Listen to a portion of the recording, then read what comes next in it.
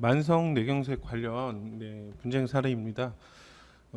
진단서의 내용을 보면은 이제 기타 뇌경색증 해서 이제 I63.8, 뭐 I638 뭐 이렇게 이제 사용하는데 이 코드 자체는 이제 뇌경색증 분류 쪽에 이제 포함이 되는 코드고 나머지는 이제 뇌졸중의 분류에 포함되지 않는 뭐 두통, 뇌혈관 질환의 후유증, 뭐 현기증 이런 이제 진단들이 이제 나와 있었는데 이 내용을 가지고 이제 뇌경색증이 뇌졸중 진단비 분류 범위에 이제 포함이 되니까 그냥 청구를 이제 하셨는데 이 내용에 대해서는 이제 보험사가 보상 심사를 할 때는 진단서를 보고 이렇게 심사를 물론 하긴 하지만 이 내용 자체보다는 뭐 상세한 이제 정밀 검사 결과 이 내용을 토대로 이제 심사를 하게 되는데 여기에서 이제 올드 라쿠나 임팍션, 그러니까 진구성, 열공성 뇌경색 이렇게 이제 그 나온 내용이 있었고 영상 판독 결과상에 이 부분이 있다 보니까 보험사가 이제 현장 심사를 진행을 한 거죠. 그래서 진단서상에는 이렇게 기타 뇌경색증 이렇게 되어 있는데 이 진단 자체는 이제 보상 대상이죠. 근데 이 올드 라쿠나 임팍션 같은 경우는 이제 I69.3 이런 코드로 보는 의학적 견해가 있기 때문에 그런 뭐 통계적 기준도 있고 그러다 보니까 이 내용이 나왔을 때 뭐 예를 들어서 63 코드 적용 가능한 검사 결과가 나왔다.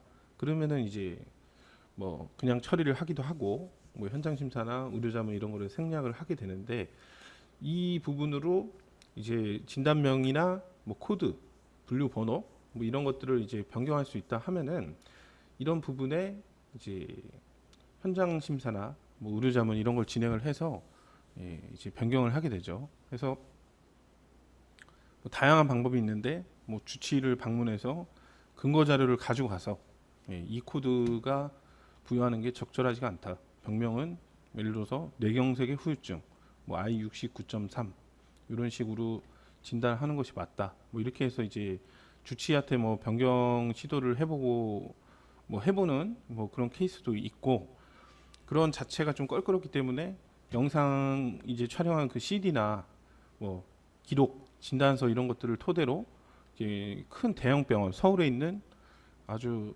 큰 대형 병원들의 의료자문을 넣어서 이게 이제 뇌경색증이 맞느냐 그러면은 아니라고 이제 나오는 사례들이 굉장히 많죠. 그 이유는 뇌경색증으로 나올 만한 검사 결과가 있으면은 그런 절차를 진행을 거의 안 합니다. 뭐 애매한 부분이 있거나 이러면은 그 부분에 대해서 이건 의료자문으로 한번 다른 선생님한테도 한번 의견을 물어보자. 뭐 이런 케이스도 물론 있는데 이 뇌졸중 진단비 청구 관련된 건들은 뭐 내용이 애매하거나 이런 부분으로 뭐 진행되는 의료자문보다는 이렇게 검사 결과상에서 다른 코드 부여할 수 있을 만한 내용이 있는지 그런 것들을 보고 그 내용이 있는 사례들에 대해서만 의료자문이 거의 진행되는 경우가 굉장히 많습니다. 그 의료자문이라는 거는 비용도 굉장히 들어가고 시간도 지연이 되고 지급 처리 시에는 또 지연 이자나 이런 것도 이제 부담을 해야 되기 때문에 아무런 문제가 없는 건을 그런 게 진행할 이유가 전혀 없는 거죠. 그리고 이 뇌졸중 진단비 관련된 거는 아주 오래전부터 이게 이제 보험에서 판매되어 오고 있는 상품이라서 그동안 굉장히 다양한 유형의 이제 분쟁들이 있어 왔고 이런 의료자문도 지금 뭐 이 판매된 지 뭐 몇십 년이나 된 보험에서 처음 진행되는 게 아니라 어느 정도 다 이런 것들로 해서 그 면책을 해왔던 그런 이력들이 다 있습니다. 그러다 보니까 이 내용으로 의료자문을 넣었을 때 어느 정도의 그 이제 소견이나 이런 것들이 나올지 이미 예상이 가능한 상황인 거죠. 그런데 이제 그런 설명을 이제 정확하게 이제 자세하게 해주지는 않으니까 예를 들어서 뭐 의사 진단이 맞으면 처리를 하겠다 뭐 이런 식으로 이제 안내를 하게 되는데 이 의사 진단이 안 맞을 가능성이 높으니까 의료자문이 진행이 되는 거거든요. 근데 이제 가입자들이 당하는 이유 중에 하나가 의사가 진단했는데 이게 바뀔 리가 있겠느냐. 예, 이런 것 때문에 그런 믿음 때문에 이제 뭐 각종 절차에 이렇게 의심 없이 동의를 하게 되는 거죠. 그러다가 이게 너무나도 뻔한 결과잖아요. 너무나도 이거는 서류를 그냥 볼 줄 아는 사람이면은 당연히 뻔한 결과가 나오는 게 이제 예상이 되는데 아무래도 이제 가입자는 이런 분쟁을 처음 접해보고 잘 모르고 그러다 보니까 이제 이런 분쟁에 휘말리게 되는 겁니다.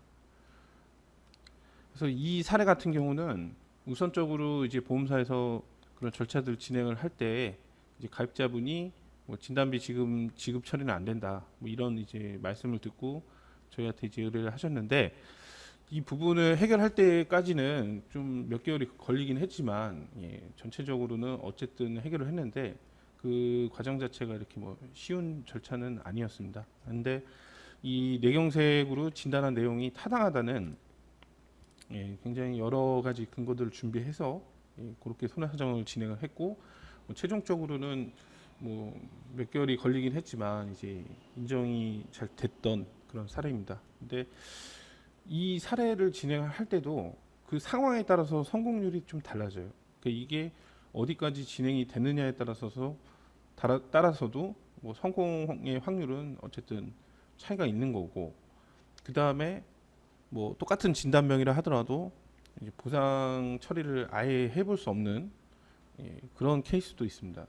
반면에 이제 이런 문제가 터지기 전에 문제가 될 만한 이제 뭐 뻔한 내용이 있는 이런 사례들은 먼저 이제 우리가 준비할 수 있는 것들을 최대한 준비해서 들어가는 게 또 유리한 결과를 이끌어내는 뭐 좋은 방법이 되기도 하니까 이런 만성 뇌경색, 뭐 올드 임팍션, 크로닉 임팍션 이런 이제 판정을 받은 이런 사례는 예, 손해사정사랑 먼저 상의를 한번 해보고 그 관련 문제가 이제 터지기 전에 예, 그때 이제 선임을 하는 게 좋고 이 진단명이라고 해서 뭐 반드시 문제가 생기는 것은 아닙니다. 뭐 전체적으로 내용상 아무 문제가 없다. 그런 거는 이제 손해사정사랑 같이 판단을 해보고 이거는 문제가 발생할 게 없다. 그러면은 그때는 이제 고객이 그냥 혼자서 진행을 해도 예, 좋은 결과를 얻을 가능성이 매우 높습니다. 네, 감사합니다.